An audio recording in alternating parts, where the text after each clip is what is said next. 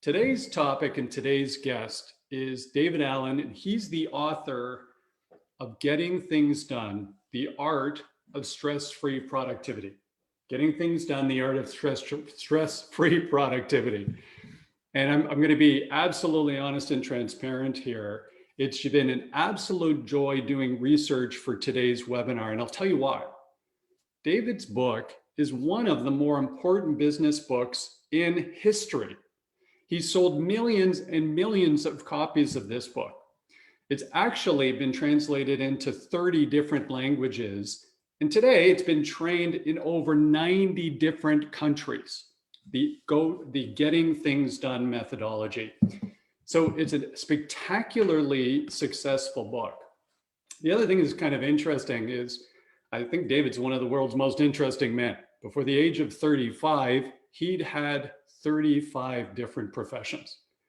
So when we bring him on, you're going to find out why I was so excited to interview him here today. But given the fact this is one of the most important business books probably in history, I was amazed that I actually had never read it. I'm going to put my hand up as being one of the few people on planet Earth that had not read Getting Things Done prior to teeing David up for this webinar here today. And then of course I did my research and read the book. And I am one of those people that think I'm fairly well organized and fairly productive. In fact, I've always had a passion for this, going all the way back to being a kid in grade school or high school. I loved shopping for school supplies before the first day of school because I was really organized. But a couple of things, in the early days of day timers and productivity tools, I was all over all of that. So I thought, boy, I'm kind of good at this today. But when I read David's book over the last couple of months, I've been amazed at applying some of these core principles have done two things for me. First of all, it identified a couple of huge flaws in terms of what I was doing. And I'm going to share that a little bit later on today. And it also helped me make the connection between the title of the book, Getting Things Done, and the Art of Stress-Free Productivity. I was finding, as David prophesizes in the book, that when I got things out of my brain and put them on a page, it made me be able to live in the moment and be a little bit more relaxed and creative. So this was just super exciting to get David to join here today. Now, David, of course, being this level of author, he's got a couple of other books out. 2003, he actually published Ready for Anything. 2008, Making It Work. But getting it done, getting things done is what we're going to talk about here today with David. And one of the things, folks, I'd like you to get teed up for is there is this methodology that David's going to take us through, where part of the art of this stress-free productivity is starting by first capturing all of these things we have to do. And we're all juggling so many of these in professional sales. We've got to clarify them. We've got to organize them, reflect on them, and then engaged. And David's going to take us through all of these, topics as we go through the webinar here today. So David, first of all, everybody, let's welcome David to the webinar. David, if you're out there, please jump on board. There he is. Hi, guys. Let's Hi, add Mark. the spotlight to you, David. Thank you. How's Amsterdam today? It's terrible. It's ugly. It's unsafe. It's unclean. Stay away. Got it. Okay, so any of you who are about to jump a flight to Amsterdam, let's just put that on pause for the time being here. So David, I've got to ask, the 35 jobs before the age of 35, in a nutshell, capture a little bit of how did that come to pass? I wasn't born with a silver spoon or deep pockets, so had to pay for my own way, for my own fun stuff and whatever. So I just needed jobs. Didn't know what I wanted to do with my life. I wasn't born with some sort of passion to know exactly what I was going to do or how to do it. And then later on in life, sort of got more involved in exploring myself, God, truth, and the universe, and self-exploration and self-enlightenment, etc. So, but I still needed a job because rice bowl and cave wasn't my style. So I still had to pay the rent. So I just went, and a lot of friends that I knew in my network were starting up businesses and whatever. So I said, okay, well, a lot of my jobs were helping them do what they were doing. Okay. I was a good number two guy. So I walk in and go, how much easier can we do this? Can we leave a little earlier? So this was a car restoration company. This was a landscape company. This was a restaurant. This was a vitamin distributor company. But I'd come in and help them fix it, and then they'd fix it. Then I get bored. So then I move on to another job. Then I discovered they pay people to do that. They call them consultants. Oh my God. So now I was one. So that's a short version of a very long story. But that's why, I wasn't really particularly aspirational or entrepreneurial myself. I was more into the self-exploration game. But then in the process of doing that, one of the things I discovered was it's really nice to have really clear space in your head. Mm. So that was sort of the start of my exploration and development of a lot of these techniques. Well, what an interesting path or journey. And, the same way you kind of reference almost falling into this subject matter, I've got a belief out there today, and the research backs me up, David, that most people fall into professional sales. So we're not seeing MBA students today. We're not seeing, undergrad students. When they're going through college or university, no one wants to end up in sales. It's shocking. If you're an MBA student today, you want to go into consulting or corporate finance, basically, investment banking. So yet about a third of MBA students end up in a professional sales job, and half of everybody who's going to graduate college or university from this point forward, they'll be in a professional sales job at some point in time in their career. So your path of kind of falling into that, I think we all fall into this a little bit. The other thing you talked about, clearing the head, the amount of time, effort, and money I've spent to try and get mental calmness, for lack of a better term, or clarity, so I can actually be sometimes in the default network and maybe get creative, is shocking. Like this morning, I have to start a day with meditation. And for the most part, I'm trying to get things out of my head. And it's so interesting to me this is why I had this crazy epiphany reading the book. First of all, how did I not read it 20 years ago? And then secondly, get it out of your head and get it on a page. That was a big thing for me in terms of making me feel better. But I love this idea of, for projects, just jot down the first step. We'll get to that in a second. But this, I like this. Tell me a little bit more about your perspective on, if something's on your mind, okay, it isn't that clear. Explain Your that. mind. Oh yeah, your mind's a shitty office. Yeah, it sure Period. is. It is.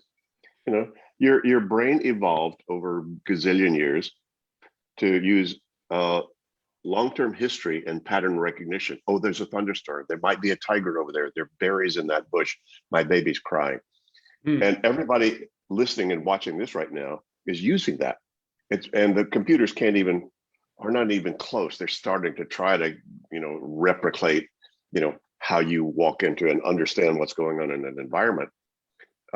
But your brain is already doing that extremely well. Oh, you're so good at that in the present.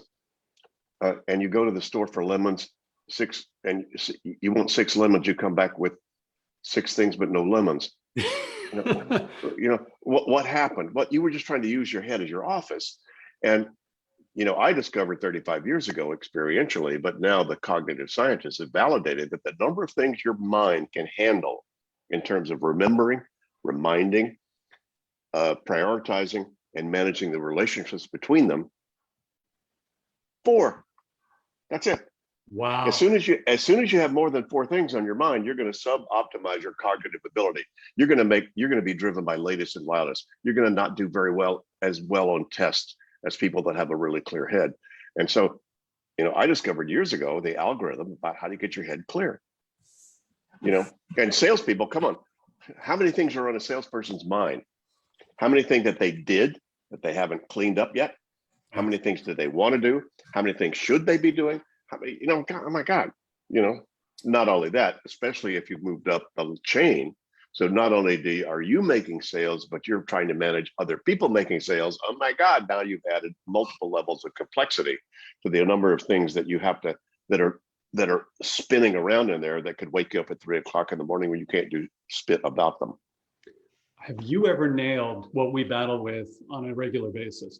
Now, I know with my little bit of research, I know you sold mopeds for a while as part of that 35 career, but when you think of a sales leader today, my actual belief is the sales leader, the manager, a lot of the folks on this webinar today and people who are going to watch it afterwards, they're CEOs of mid-sized companies. You know, they got less than a couple hundred employees. I actually think they're juggling so much because they have the three most uh, importantly demanding stakeholders in the universe. Sales leaders have to work with customers, most important. They have to work with the sales team to get performance out of them. And they also have to work with their CEOs and executive teams who have very black and white goals and objectives for the sales organization. And they have to work with their life partner and their dogs and their kids. Thank you. This is not a strength for me, by the way. Thank you. Exactly what you have to. So when you start to think of the juggling, there is no forward thinking or pre-planning generally on sales management today. They're triaging all the time. And instead of planning for a better future for the organization, all they do is triage the opportunities they're working right now with the sales team. They don't develop the team. They actually don't recruit well because they don't have time. The team doesn't develop, so they don't stay, so they leave. And all they're doing is trying to close the deals to hit the number on a regular basis. So there's this crazy constant pressure on them, which is why they need this methodology. And your point about salespeople, David, we've trained and coached thousands of them, and wonderful, smart individuals. What I find is they're a very good example of exactly what you're talking about. If there's stuff in your mind, you can't be present and engaged. And most salespeople in a conversation today, they're not present and engaged. They're in a mild sense of panic as they're talking to you. And I always use this example because their brain is whipping through a filing cabinet going, what am I gonna say next? And they're not engaged, they're not authentic, they're actually not even listening in some cases to what the client says or the prospect says. So they become increasingly less and less effective. Whereas the ones who are great at it, they've actually done the pre-planning, they're in the moment, they're not worried about their CRM system, they're not worried about the one-on-one they've got with the sales manager. They know the moment of truth, there's nothing more important than focusing on that sales call. Also, when they finish that, they're really, really rigorous at cleaning it up and making sure there are no loose ends to what happened and who decided what and where that needs to go and how to curate that. And then what's next in the process and when should I follow up with them again and all that and build that into their system. So the salespeople I know that were just like super, first of all, they didn't even look like salespeople. They looked like people, right? And, and they were extremely good at knowing where they were going, what they needed to prepare and have in place before they got there, and also quite rigorous to make sure that they spent the time on the back end to clean up and close up and manage the open loops that happen, as well as get to a no as fast as you can. Right. So I wish we were, in a year, we'll do this on a stage together. And after you said they weren't salespeople, they're people, I would have just grabbed the mic and dropped it and walked off the stage. That we're not going to give anybody any better advice than that in the next year of these webinars. Salespeople, salespeople need to evolve so that they sell the way they'd like to be sold to. And for some reason, we do our workshops and we ask, who's in sales? Everybody puts up their hand. We say, who likes dealing with salespeople? Everybody takes their hand down. So they evolve. They evolve from salespeople to people. Boy, you could not have nailed that any swifter. Wow, fantastic. So let's get started. Boy, this could have been a 3-hour webinar. David, let's talk a little bit about the system and I really loved the capture, clarify, just this process: capture, clarify, organize, reflect, engage. And admittedly, folks in the universe out there, I had thought I was pretty good at this stuff. Even something like the capture.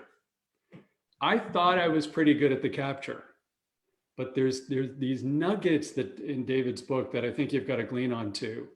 I was really good at capturing in multiple different buckets. And the problem with the multiple different buckets is I had one system where I captured that I was pretty good at reviewing on a weekly basis.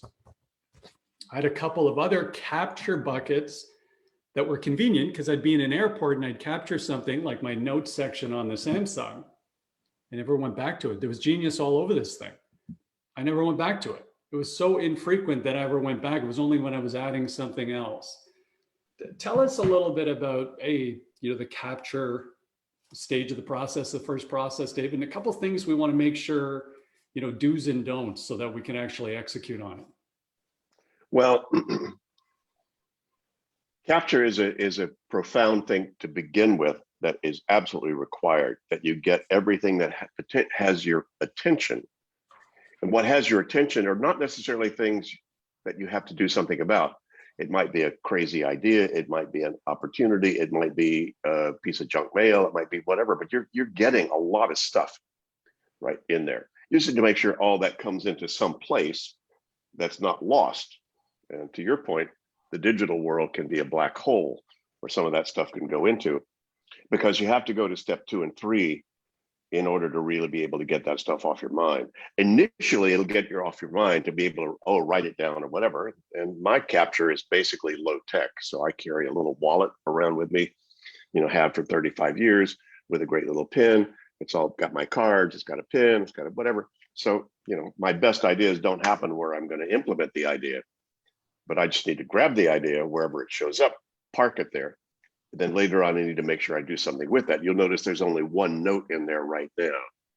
Right. But most of the cool stuff that's happened in my life started with a crazy ass idea that I just had somewhere, and I just parked that in there. But then I need to make sure I captured that into a place that sooner than later I would then come back to and look at it and go, what the heck does that mean?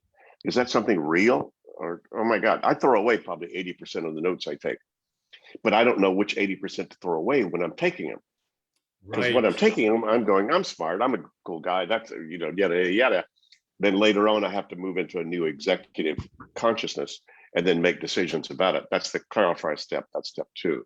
So step 1 is to capture the stuff that has your attention. And by the way, most mid to senior level professionals that we've coached over all these 30 years, it takes 1 to 6 hours just to unload everything that's got their attention. Oh, should we get divorced? I need to hire a vice president. Oh my God, my tooth hurts. Should I look into that? I need new tires on my moped. Oh my God. Most people have no idea how many things they've actually committed to in terms of their internal process. The problem is where they're storing that, and that's a crappy place called your head, has no sense of past or future. That's why those things called I need cat food or I need a vice president will wake you up at 3 o'clock in the morning. You can't do anything about either one. And they take up the same amount of real estate cognitively. Weird. Your brain doesn't have one. If it did, it would only remind you of stuff when you could actually do stuff about it.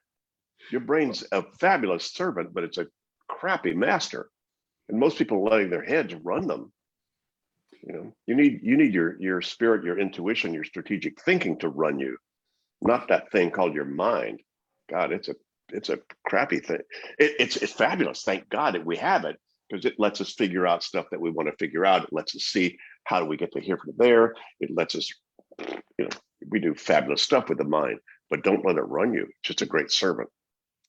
Well, a couple of thoughts. There's nobody on this webinar who hasn't woken up in the middle of the night and there's some strange topic on their mind. And by the way, that's happened to me this week, where and it's not the most important topic you think that should be pressing. It might have been this interesting note I got back from a client and thought, boy, I got to think about how to properly respond to that, or a prospect, or. The other thing, folks, that I really love about David's book is the realistic, practical approach. I mean, it just bleeds that everything about this, because we see these platitudes, on social media. Get organized by doing this, put everything into a calendar. I love the fact that when you say, hey, we're gonna jot down the things you need to do personally and professionally, I like the fact you go, there's 100 to 150 of these things. Because that's what I believe in my head. I just think sometimes I'm walking around thinking my list is way longer than anybody else's. I got validation in the book because, I'm a leader and then I'm an entrepreneur and all these things. But what I got validation in the book is it's a practical guide. There's 150 things, and the examples you use of all these important and then minuscule things. Hey, go to the dentist. All of these things need to get captured and get out of your head and on a page. So, Well, the principle there, Mark, is if you don't pay appropriate attention to what has your attention, it will take more of your attention than it deserves. So if you don't handle dentists, and by the way, handle doesn't mean you need to at 3 o'clock in the morning go to the dentist. It just means you need to park some reminder about what's your next step about setting up dental appointment. Make sure that reminder is in some trusted external brain system that you will review at the right time and context, so that then your mind goes, okay, I'm now appropriately engaged with dentists, though it's not finished. So, here's a big key, and don't tell anybody this because it's a big secret. But getting things done is not, yes, it is about getting things done, but it's more about being appropriately engaged with all of your commitments so you're present with whatever you're doing. It's that, that's it. That's why, I got a black belt in karate in my 20s and in my sort of self-exploration game going back in my early years. And boy, being clear, was, how do you clear your mind? If 4 people jump you in a dark alley, you don't want 2,000 unprocessed emails hanging around your psyche, right? You can't afford that. And that's why, the mindfulness people are saying, focus on your breathing. Well, I learned that 35 years ago. That's what we did. You focused on your breathing so that you could come present, so you could deal with 4 people jumping you in the karate studio, and know how to handle that well. So being clear is how you deal with surprises, how you deal with change, is how you deal with all that other stuff. So I just discovered, I had the grace to or the interest anyway, to discover the algorithm or the formula about how do I get clear about those things that have my attention. And it gets pretty subtle. Because once you actually pay appropriate attention to what has your attention, you'll find out what really has your attention. Anybody listening to this, if you actually handled everything that's on your mind right now, you'd be surprised at what's going to show up on your mind that you haven't yet addressed. Oh, because you're freeing up some space so some other things pop in there.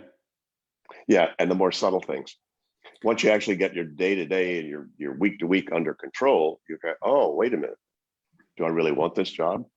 Oh, wait a minute. What about those key clients that I haven't yet talked to in the way I really want to talk to them, with the space that I want to talk to them in? When you position it that way, David, that you clear these things out, you immediately focus in on what's most important. I make this analogy, I'm a terrible beer league goalie in hockey, but because we talked earlier, I live in Toronto, I'm Canadian. So it was an obligation that I play, lots of hockey my entire life and never stop. There is a clarity as a goalie. The one thing I like about that sport is when I go out and play, particularly when I was younger and the protective technology was very poor, that when someone wound up to take a slap shot, nothing else in my life mattered except all my focus is in that puck, so it did not hit me in the throat. So I was aware of the one place it could hit me and maybe stop me breathing. So the clarity was fantastic. I found the same thing sometimes scuba diving. There's a clarity of just going, the only thing I'm focused on here now is, am I still breathing? Everything, these sort of somewhat dangerous situations provide this clarity. And you referenced the same in an amazing TED Talk that you did at Claremont College, where you're talking about being on the boat. And, in a very tenacious situation where the clarity became evident. And I love the analogy to say, wow, how do we get that kind of clarity in our life without being in a dangerous situation? Unless we like it, like playing a little bit of hockey. Sure. The thing I really loved, by the way, in terms of the capture, for years I've been pretty good at keeping lists. But I didn't always chunk down what was happening in the list. So it didn't relieve any stress. We're talking about stress-free productivity. We'll get to it here, but one of the biggest things I've picked up over the last 2 or 3 weeks is for something that's actually a project, which we'll get to in a clarify, the first step, just jotting down the first step, that's what helps me stop worrying about it and then start thinking about executing. Just the first step. And you think it's such a minor thing. It's an incredibly major thing for me anyway. So David, we talked about capture, then we clarify. Tell us what the team should be doing there when we clarify. Well, when you come back from a sales meeting, or you come back from a board meeting, or you come back from anything, and you took notes, what do you do with those notes? Well, you need to go through those notes and say, okay, what does that mean? Is that reference? Do I need to just, put that in a CRM so that whoever looks at that again can know what happened? Is that trash? Well, that's a crazy idea. I don't need to keep that anymore. Is that, they said get back to them when they rebudget, in 2 months. Okay, that's an incubate. That's a store later. Or, oh, wait a minute. They came up with that. I said I was gonna, oh, okay, now I've got some actionable thing I need to do about those notes. Okay, what's the next action? Oh, I need to get back to them about the pricing about X, Y, and Z, right? But actually the next thing is I need to check with my boss, because I need to check with my boss about the pricing because they're asking something very specific. And okay, so the next thing is talk to boss about X, Y, and Z. By the way, will that one action complete whatever this is about? No. Well, what does complete look or sound like? This client is happy, or we get to a final resolution of a go or no go relative to the proposal. Now you have a project. So action and outcome are the 2 zeros and 1s of productivity. What's the goal I'm after? And then what's the very next play that I need to play to move toward that goal? By the way, as a hockey player, I would imagine the 2 things on your mind out there, at least on the field, certainly a soccer player or football player or anybody, you're out there. What are the 2 things on your mind? Where's the goal? What's the next play? Right. Where's the goal? What's the next play? And so there's nothing different here other than, when you have an event, so what's the goal and what's the next play? So any actionable thing, anything that's got your attention that requires your engagement physically, visibly about something needs to happen, right? Something needs to get done, right? Well, getting done is, what does done mean and what does doing look like and where does it happen? Yeah. So what does done mean? Well, it's in the net when we've come to some resolution with the client about the finality of this thing, right? Well, what's the next play? Next play, talk to boss or email boss or whatever relative to, can we change the pricing given the nature of this client, that we want to please, etc. Okay, now I got the goal. And as long as I've got that on a project list that I trust I'm going to see at least every 7 days, in a weekly review where I'm going to remind myself, okay, yeah, we're trying to get to that resolution with this client. And as long as I have a reminder to talk to my boss, if that's a face-to-face I need to have, because it's going to be complex emails, shitty, medium to try to do something that might need a lot more subtlety to it in terms of our conversation. Right. And therefore, so you keep it a list, an agenda list, next time with boss, talk to, whether that's on phone or Zoom or face-to-face, right? As long as I got that parked in the right place, and I know I'll look at that next time I'm going to engage with my boss, and I know that, and I trust that I'm going to be reminded of that outcome that I came to, I get to throw away all those meeting notes. They have now been clarified and now organized. Step 3 is, 2 and 3 work together very closely. Once I decide that's the thing, talk to boss, put it on my talk to boss list. That's an outcome I need to be, okay, put it on my project list, right? So then guess what? Nothing about that wakes me up at night. Yeah. Right. But I had those don't show up by themselves. You're not born doing that. You're not born knowing how to cook spaghetti or speak English or raise kids or play the flute. All those things you need to learn. I just figured out, what do you need to learn about managing your work? and defining what your work is. The late great Peter Drucker would tell any knowledge worker that your biggest job is defining what your work is. And most people were never trained to do that. I figured it out. Man, do I ever love webinars where we reference Peter Drucker. I actually just love that. This is a different webinar and a different conversation at some point. David, one of the things I just want to capture, because I think that this was a huge epiphany for me with and we'll get to it, but with my weekly system, which was pretty good. I got in this habit of Sunday mornings, no judgment on my timing, but I like to do some planning. One of the things I loved was, the time it was taking me to jot down some things in the past, I could have taken care of them in the 2-minute rule in the moment. And it would have dramatically reduced my list. And folks, the idea is, as David said, if something's a project, it's going to take multiple steps. That's one thing. If it's one step that could fix it, and it's less than 2 minutes, do it now. And this is really relevant for sales. It's really relevant for entrepreneurs. Just get it off the list. Even in the last couple of weeks, I'm amazed at how much that made me feel better. And now I have this kind of rule. Oh, there's the email. I can get rid of this thing. I'm just doing it. Bang, bang, bang, bang, bang. And it really shortens down. So now I'm not tracking all of these minor things. What else should we share with the team here, David, in terms of just organize before we go to reflect? Well, you just need lists.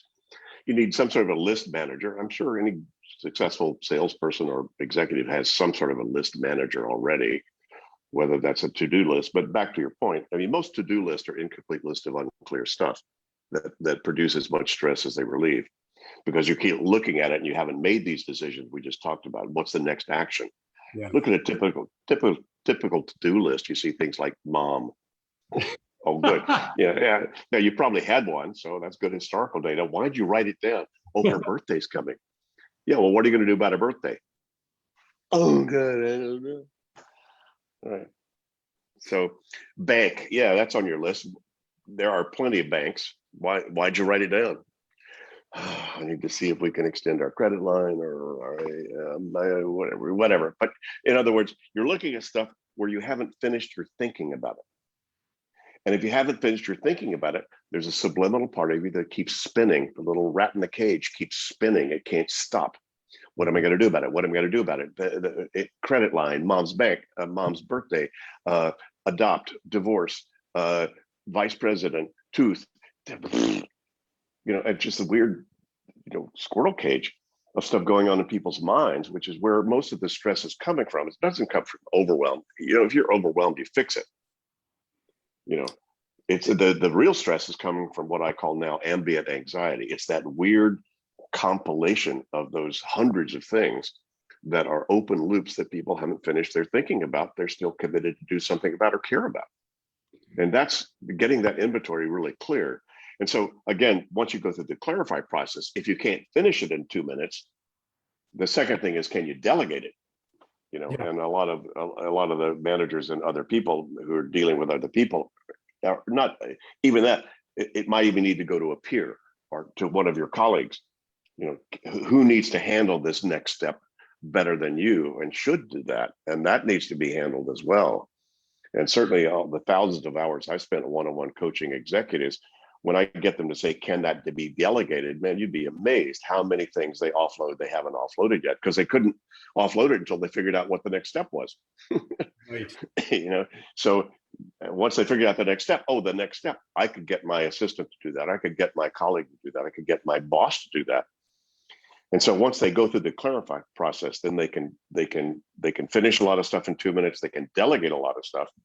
And then if they can't do that, then they need to keep an inventory of all the things they need to do. They can't hand off to somebody else that take longer than 2 minutes to do. And that's the inventory, basically, of all the actions you need to take whenever you have time to do them. Yeah. So, and most people keep a calendar, so they already know your head can't do it. That's why you've got the calendar, right? Well, why don't they do that with all the other stuff? Beats me. Well, you know what? I think a couple of thoughts. I think what they do with the calendar too is they use the calendar for booking meetings and things that have to be done on a day. And then guess what? That's also another bucket. There's tasks in most calendar programs like Gmail or Outlook. So now I got this third bucket where I'm capturing stuff, which was part of my problem too. Instead of just use the calendar for the calendar and then just focus in on, okay, I've got my one repository. The one thing you mentioned that I think I really worthy of emphasizing, when you build the system, you have to trust the process. And so it's got to be, so you get this confidence if you're writing it down, if you know, okay, once a week I'm going to go back to it, you trust the process. And you use the sports analogy. David, we have lots of athletes on this webinar here today. With most teams that were successful, part of it was buying into the process. So, hey, we've got a strategy, we've got a game plan for the football team, for the baseball team, a way of playing for the basketball team, a way of playing. We have to buy into the process. One of the things, admittedly, that I've found going through this, a few things just jumped right out at me that I've shared, but it's not a natural thing all the time to start. You used your martial arts analogy. Some of those moves that are fluid and like water for you today, they weren't the first couple of dozen times you did it or the first couple of 100 times, but then it becomes second nature. Same thing with hockey. It's an awkward sport to learn. Goaltending, probably one of the hardest positions in sport. You want to go that way, you have to push it this way. It's a very weird thing to get used to. And so, but after time, if you've done it hundreds of times, you can count on the process. So really encourage everybody as you're implementing the system, commit to it. This works, no question about it. Thousands and thousands of people have been through the system, some of the most successful people in the world, likely. I don't know if I shared this with you, David. I had a call with one of my favorite CEOs earlier this week. And he asked about our webinar series, and he brought up this webinar before I did. And he said, I was really excited to be joined. I can't join. Can I have a recording of it? He just went to his bookshelf right in his office and pulled this. That's it, so it's just out there, everybody. Pick up this book and buy it. Reflect. So we're just going to do reflect and then engage. Tell me a little bit about that stage of the process and methodology, David, and a couple of do's and don'ts. Well, if you have a calendar, that's great. If you don't look at it, you're screwed. Right? I missed that yesterday. It's funny. It's so embarrassing because I teach this stuff, and it was Saturday. It was I was involved in a bunch of other stuff. It was later than I ever do this stuff, but it was some book club that asked me to come in and talk about my book to them or whatever in the UK. And I just didn't even look at my calendar, and they had to call me. And so I got on late. It was like, how embarrassing is that? Because I just didn't look. So that was a lack of reflection. Now, reflection can be, gee, where do I need to be this afternoon, on my calendar? And what are the other things I might need to do? And I need to take a look at all that. And it could be, what am I doing with my life? Is this the life partner I want? Is this the lifestyle I want? Is this the, whatever? And it could be any and all of those. It could be your strategic plan. It could be your sales plan. It could be it could be your job description, because you need to have a conversation with your boss or your board about how things have changed and now what's your new role. So all of those things require some sort of review. I use the sales analogy, sailing analogy, because I had a sailboat, and as you know from my Claremont talk, and it's sort of like, well, gee, you're about to leave the harbor. Which map are you looking at? Mm-hmm. Well, there's short-term maps you need to look at. Okay, so I make sure I get out of the harbor, fine. And then there's, okay, I make sure I don't want to hit that reef, don't want to hit that reef. And by the way, I want to make sure I get to Canada instead of Hawaii, right? So there's another map I need to look at. So we all have different maps. So I call them basically the maps we need to look at. Your calendar is one map. Another map would be your list of errands, or another map would be the list of stuff to buy at the store when you get to the store. Another map would be, here's my agenda of stuff to go over with my life partner or with my business partner or with my boss. Those are all maps. And try to do those in your head. Oh, come on. Right. It doesn't do that. Right. So once these things have been externalized, where you have all of these different maps, multiple, I've got, tons of them. I just need to see the right one at the right time, and to make sure I'm reflecting on them in some way. If you're not reflecting, you're driven by latest and loudest. And if you want to just throw away all your maps and say, hope you don't hit anything, but you leave your in your sailboat, like, okay, well, good luck. Enjoy the zen of that, you know. Yeah, exactly. Enjoy the zen. Latest and loudest. You have a day getting pulled around by nothing but latest and loudest, and there's this unfulfilling feeling at the end of the day. That doesn't mean there can't be some spontaneity during the day where you jump on something important, but just getting dragged around, or when you're executing things you know are meaningless. There's this lack of passion. Hey, team, by the way, please do send some questions through the chat. We're going to be wrapping up in a couple of minutes here, but we will throw it over to the floor for any questions you've got for David. So feel free to chat through the Q&A or through the chat feature. David, let's close it off on the system with engage. So do the stuff. Well, if you've done steps 1, 2, 3, and 4, I've captured everything, has my attention. I've clarified exactly what I need to do about them and what they mean, and that I've organized them then based upon that where they go. And I've stepped back and reflected on the appropriate things I need to see in the context I'm in. Then wherever I decide to put my attention or my activity is in a trusted way, not a hoped for way. Yeah. So if you've done steps 1 through 4, then you're making trusted choices about how you engage with life. And engaging could be having a beer, taking a nap.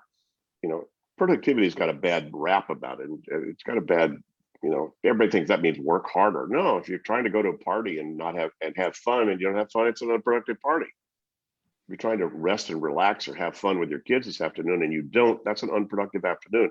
So it's all about just producing kind of what you're after.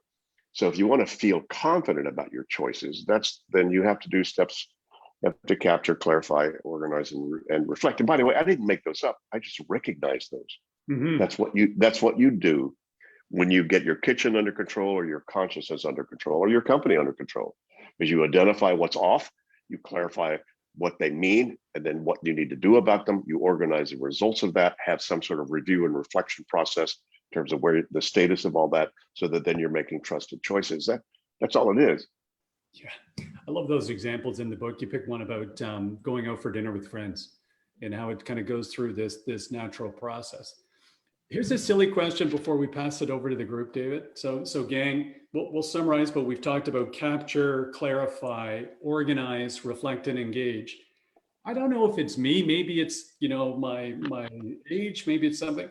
I actually really prefer writing things down on my lists and thinking them that way versus the digital tools. And it could be something to do with the way my brain's wired, but is any science around, hey, this resonates more when you physically write these things down versus doing them digitally, or does it not really matter? I think there is. I think it's a personal choice. I kept a paper planner for 25 years. I like that. I love that. I just got a remarkable, where you can actually kind of write, but it kind of turns into digital, that's kind of cool. So, but I think the main thing is the thought process. Yeah. Not any of those. If you have the thought process down, you can make any of these work and you'd explore, hey, is that better? I like the handwrite journal as a more private sort of data dump. I like to use my nice fountain pen. I have my, lovely fountain pens, that I will write in a lovely journal. I love to do that. But at the same time, if I'm writing something, I can think fast on the computer, just writing that way. So I think it's personal. And I think there is some science about that if you're using your physical handwriting, it opens up other stuff, but that's not my area of expertise. Yeah. I've always found the same thing. And by the way, interesting. I don't have the science behind it. This is not my strength for sure, but it's interesting how an ancient kind of brand like Moleskine. I don't know if the Moleskine notebooks are as big in Europe, but these super expensive, beautiful Moleskine notebooks, they used to be very popular 100 years ago. And somebody brought the brand back, and they're a beautiful writing notebook. And so I've always had a passion for those tools. I've always been a nerd for organizing and being planned out.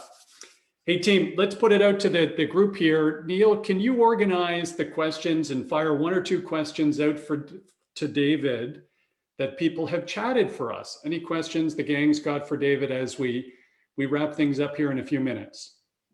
Hi there, Mark and David. I'm seeing one question here. Mark continually references that sales productivity is declining. What research has been conducted on personal productivity?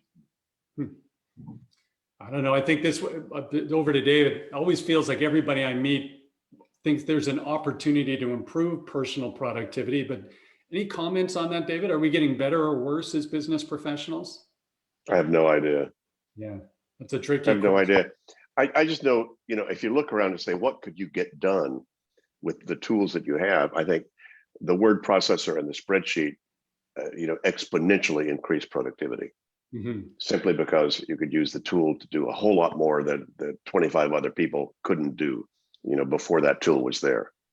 And so there's some things that have changed, exponentially our productivity. But again, everybody else has a spreadsheet and a word processor too. So, if you were the only one who had them, you'd be way ahead of the game, but you're not. And so, how do you then assess your productivity? And productivity, there's lots of ways that people have tried to assess that. Organizationally, you could say, well, what's our gross revenues, or what's our bottom line profit relative against salaries or against people. And if we're making more money and paying people less, or we're making less money and pay people more, then you've got an up or a down kind of a productivity game. But that's old hat, because there's so many other variables that go into that game. So beats me. I think it's just a personal internal. I only deal with it called, am I productive? And if I'm going on a vacation to relax and I don't relax, I'm not productive. But there's no way to measure that. It's just it's an existential kind of experience. Yeah, it's a sense of calm. That's why I've been trying to work so hard at meditation. I'm trying to get to that sense of calm and clarity. Do you have another one there, Neil? Last one, sir? Yeah, I have one more. Since the book was written, is it getting more difficult to implement the system, or is it getting easier, or is it just the same, due to new technology or anything like that? Or maybe social media and all that kind of stuff. What do you think, David? It's always felt pretty busy out there to me, but anything different now with what we're going through? My answer is yes. It makes it easier and harder. There was nothing better than the Palm Pilot. The Palm Pilot was such a great list manager tool. Oh my God, it was so cool. That. I love that. Actually, there was nothing better than the paper planner. I used the Time Designer, the Time System out of Denmark for 25 years. The paper planner is an elegant way to be able to see the context of your whole life and all the different maps you need to see, and have all these great tools with you at hand with a great leather cover. So the computers, unfortunately, the computer made it more difficult to see the total context than paper did. So the computer both helped spreadsheets and word processors and relational databases and linking and all that stuff. All that's great. At the same time, it made it a lot more difficult. I mean, trying to learn. It took me 6 months to try to figure out how to use Evernote because it was so simple and yet so powerful. Right. And we just migrated to Office 365 too, and trying to figure out the heuristics about how to organize that. Because we were using Lotus Notes, IBM Notes, HCL Notes, prior, and we just transitioned for all that. So trying to figure all that out, that's a whole project in and of itself, to then get back up to the productivity that I had when I had, my system sort of on cruise control.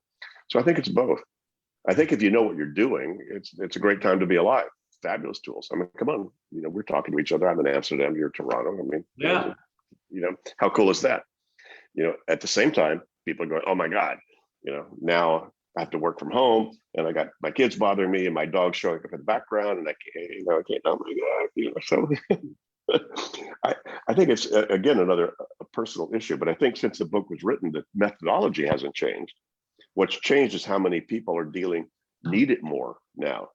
Yeah. The book, the first edition of the book was written for the fast track professional, because they were the ones being hit with the tsunami of email and fast change than was going on in the corporate world. And so it was addressed to them, and they were the people most interested in paying for training and coaching about it, how to deal with that. But I even knew back then this worked for the clergy, it worked for kids, it worked for stay-at-home dads, it worked for anybody with a busy life that wanted to have a clearer head and be able to get it done easier. it worked for it.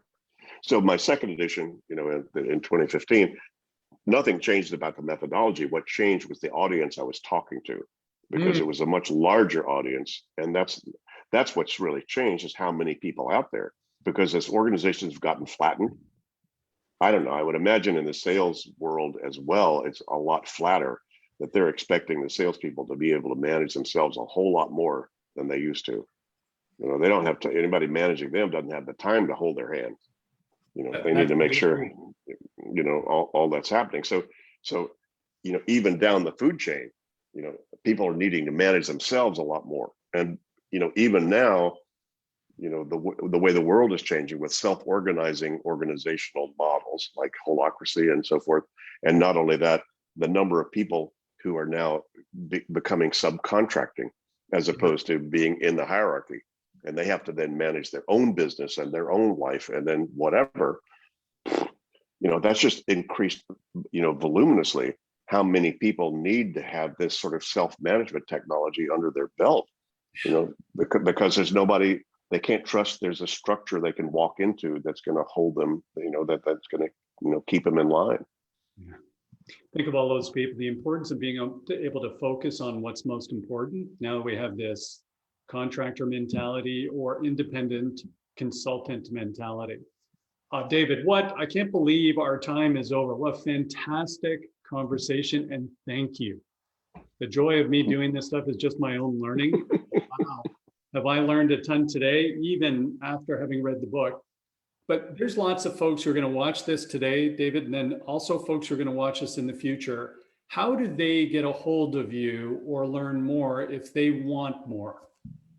Well, website is gettingthingsdone.com. Pretty simple. If you just want to hear more of me spouting off in multiple ways about this, go to gettingthingsdone.com/YouTube. You'll see a YouTube channel of our stuff that's got tons of stuff on there. My TED Talks and other things, little 2-minute tips and so forth, all over that. If you're interested in more in-depth coaching and training, wherever you are in the world, if you go to our website, gettingthingsdone.com, and click on training and coaching, and then type in your country, you'll see who we've licensed to do our coaching and training with this methodology. If you're in the US or Canada, Vital Smarts, great company out of Utah, is doing our basic training in getting things done. And GTD Focus out of Vermont is doing, has our one-on-one coaching, stuff. So anyway, those are the ways to go. And there's free podcasts and newsletters or whatever you can sign on to once you surf the web with our stuff. Fantastic. So thank you, David. So folks out there in the universe, if you're on this webinar today, we're going to send you an email saying thanks for joining. We're going to put links to the website David just asked for. If you're watching this at a later date on Facebook or LinkedIn, chat us through the messaging system and we will send you those links. So ask us for them and we'll send you those links. Hey, David, on behalf of everybody on the webinar and the In the Funnel team, I just want to say a very sincere thank you. What a great pleasure meeting you. And I'm sure our paths are going to cross again in the future. Thank you so much. Thanks, Mike.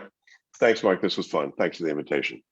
See you, everybody. Thanks for joining, one and all.